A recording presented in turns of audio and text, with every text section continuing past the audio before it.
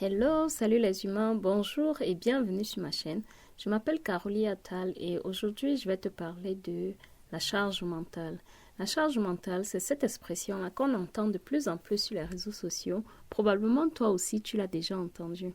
Donc dans cette vidéo, je vais d'abord t'expliquer un peu ce que c'est qu'on entend réellement par charge mentale parce que même si le mot le dit clairement, il y a quand même des exemples qui ne font pas forcément l'unanimité. Je veux dire, la définition de l'expression même ne fait pas forcément unanimité. Donc, après avoir un peu expliqué ce qu'on entend par charge mentale, on va voir quels sont les exemples de charge mentale parce que j'ai fait un questionnaire sur Instagram et j'ai eu quelques réponses. Elles n'étaient pas beaucoup, mais j'ai eu quelques réponses et on va lire cela.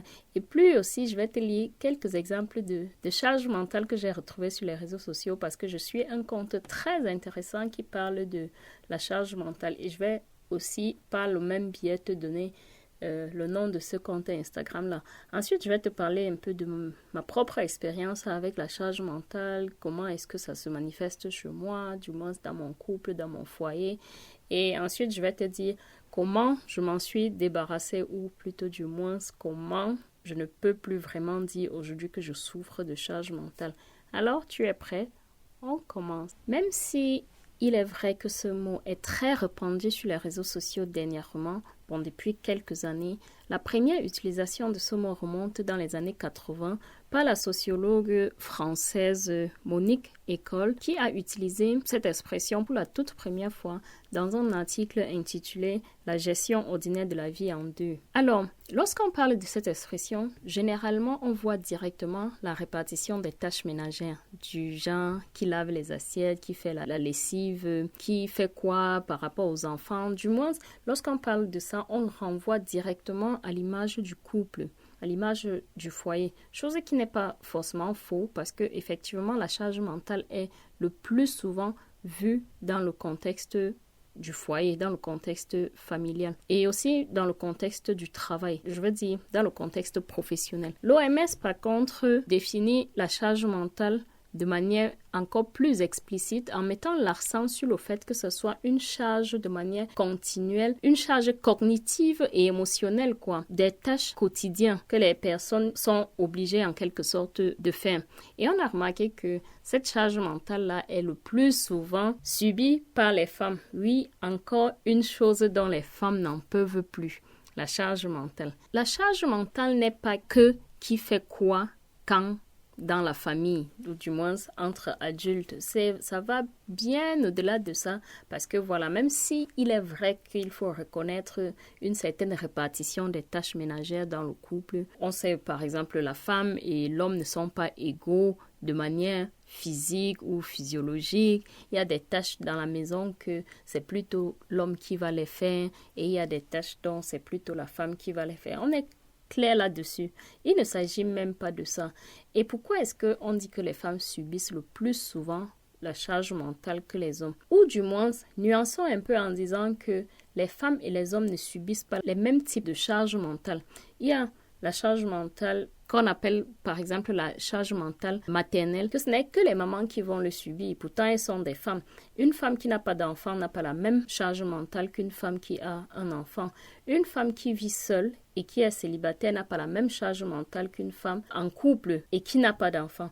Donc, on va voir ici dans la vidéo que le plus souvent, la charge mentale est mal comprise, pas seulement par les hommes, mais aussi par les femmes elles-mêmes. Parce que, voilà, il y a souvent cet argument-là qui revient et on dit souvent c'est une affaire d'organisation et tout. Mais moi, je me pose la question, est-ce que l'organisation peut effectivement annuler la charge mentale? Du moins, où est-ce qu'on peut aller? Jusqu'où on peut aller pour être organisé afin d'éviter la charge mentale? Alors, je t'ai dit en début de vidéo que j'ai fait un umfrage sur Instagram et donc j'ai demandé qu'est-ce que c'est que la charge mentale. Étant donné que je n'ai pas reçu énormément d'interactions, bon, je vais juste te montrer un screenshot de ce que les gens ont répondu et ensuite je vais te lire les 7 5 exemples de ce conte que je suis. Et le conte, justement, parle uniquement de la charge mentale des femmes. Ça récapitule en quelque sorte les témoignages des femmes qui disent ce que c'est que la charge mentale pour elles. Et le conte s'appelle « Ta pensée à ». Je vais te mettre aussi le lien là pour que tu puisses voir. Et tous les exemples que je vais lire, je vais les afficher aussi avec le nom de la page Instagram pour que tu aies facilement accès à ça. Le premier exemple, je l'ai pris parce qu'il résume vraiment toutes les étapes dont j'ai cité plus haut. C'est-à-dire identifier les besoins, anticiper et décider, etc. Et donc, le premier témoignage dit « Pour moi, la charge mentale, c'est quand il doit faire la kiné. Je trouve le kiné, prends rendez-vous, me souviens du premier rendez-vous à sa place et le réveille. Je pars au boulot et il m'appelle alors qu'il est en retard sur la route parce qu'il n'a pas pris l'adresse avec lui. » Et donc, dit comme ça, on dirait même d'ailleurs qu'elle parle de son enfant, pourtant non. Elle parle de son conjoint ou de son mari. Du moins, elle parle de la personne adulte avec qui elle partage sa vie. Et donc, c'est lui il a peut-être eu un accident ou quoi que ce soit, whatever. Le fait est que c'est lui qui est le patient. C'est lui qui doit faire une kiné, mais c'est sa femme qui pense à trouver le kiné. Et nous savons tous que trouver le kiné dans un contexte européen, c'est une chose de malade. Je veux dire, aller à l'hôpital, bon oui, ça va, tu restes quelques heures là et puis on te reçoit. Mais trouver un kinésithérapeute, je ne sais pas pour vous. Et la page est gérée par une personne qui vit en France. Et moi, je vis en Allemagne et je sais qu'en Allemagne, trouver un kinésithérapeute, c'est la chose la plus difficile qui soit.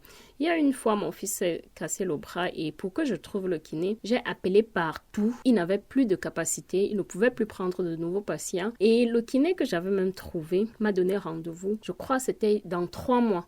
Pourtant, mon fils avait le plâtre qui ne pouvait être enlevé que par une ou un kiné, quoi. Et ça devait se faire dans les 10 jours qui suivaient. J'ai kämpfen, comme on dit en allemand, j'ai dû batailler.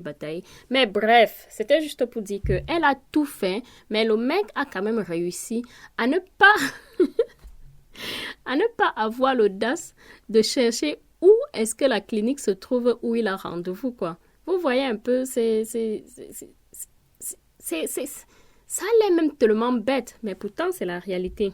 Le deuxième témoignage dit « Pour moi, la charge mentale, c'est mon mec qui laisse la vaisselle sale à côté du lave-vaisselle parce qu'il pense que la vaisselle à l'intérieur est propre, mais ne l'ouvre surtout pas pour vérifier. » Ça, c'est un classique. Mais vraiment, c'est l'un des classiques que moi-même, je reconnais chez moi, le fait qu'on a tellement la paresse d'ouvrir le lave-vaisselle pour vérifier si la vaisselle est propre ou pas. Et on ne fait pas ça parce que on n'a pas pensé à ouvrir la machine. C'est parce qu'on sait que si on l'ouvre et qu'elle est propre, il va devoir ranger pour mettre la vaisselle sale. Ou alors, si on ouvre et qu'elle est à moitié pleine, il faut remplir avec la vaisselle sale pour pouvoir démarrer la machine. Mais bref, continuons. Ma charge mentale à moi, c'est quand le boulot de mon conjoint lui offre un week-end à Prague, tout frais payé pour ses 20 ans de boîte. Je gère tout, les congés à poser, la garde des enfants, la préparation de la valise. Et une fois à l'embarquement, il se rend compte qu'il a laissé ses papiers dans la voiture à 300 km de l'aéroport. Ce témoignage-ci, c'est l'un des témoignages qui m'a le plus mis baf, où je me suis dit non mais sérieux? Attends, je me demande à quoi est-ce que tu penses au moment où tu es en train de tout faire. Je veux dire, il s'est même souvenu juste qu'il a pris de la maison. C'est dans la voiture qu'il a oublié. Bon, ça peut arriver à tout le monde. Hein. Faut pas qu'on devienne un peu extrême ici. Ça peut arriver à tout le monde d'oublier. L'oubli est quelque chose de complètement naturel. Mais ce genre d'oubli-ci, ça fait réfléchir. Mais après aussi, c'est logique parce que si tu n'étais pas occupé du processus de quelque chose, c'est plus facile pour toi d'oublier les détails liés à cette chose-là. Donc, en fait, je peux comprendre que il avait, comment dire ça? Il remplissait toutes les conditions pour oublier. Mais bon, Passons, l'avant-dernier témoignage. Pour moi, la charge mentale, c'est de devoir faire un drive de course à mon mari qui vit en ce moment à 700 km de moi parce que c'est trop compliqué pour lui d'aller faire les courses. Bon, lorsque j'ai lu ça, je me suis dit, bon, pourquoi est-ce que tu es obligé de faire tout ça? Mais lorsqu'on réfléchit profondément, cette femme se sent obligée de faire ces courses-là parce qu'elle se dit peut-être, si je ne fais pas les courses, il vit seul, il va devoir manger dehors, il va devoir manger les fast-food, il va devoir. Chose qui en soi n'est pas mauvais parce que oui, il peut le faire. Sauf que l'autre problème que ce témoignage engendre, c'est que si ils ont un compte financier commun, ça veut dire que l'homme, au lieu de préparer pour économiser, au lieu de cuisiner pour économiser l'argent, il va devoir claquer l'argent pour manger dehors. Et je pense que c'est ce qui fait à ce que cette femme se sente obligée de faire les courses parce que, en quelque sorte, elle anticipe sur les besoins que son foyer a et pour ne pas dépenser l'argent à tort et à travers, elle préfère faire cela. Bon, la question que tout le monde se pose, c'est est-ce qu'on est vraiment obligé de faire ça? Et je vais donner mon avis personnel dans la dernière partie de tout ça. Et le dernier témoignage est la transition parfaite, en fait, pour moi, principalement pour un peu faire une petite story time en ce qui concerne tout ce sujet.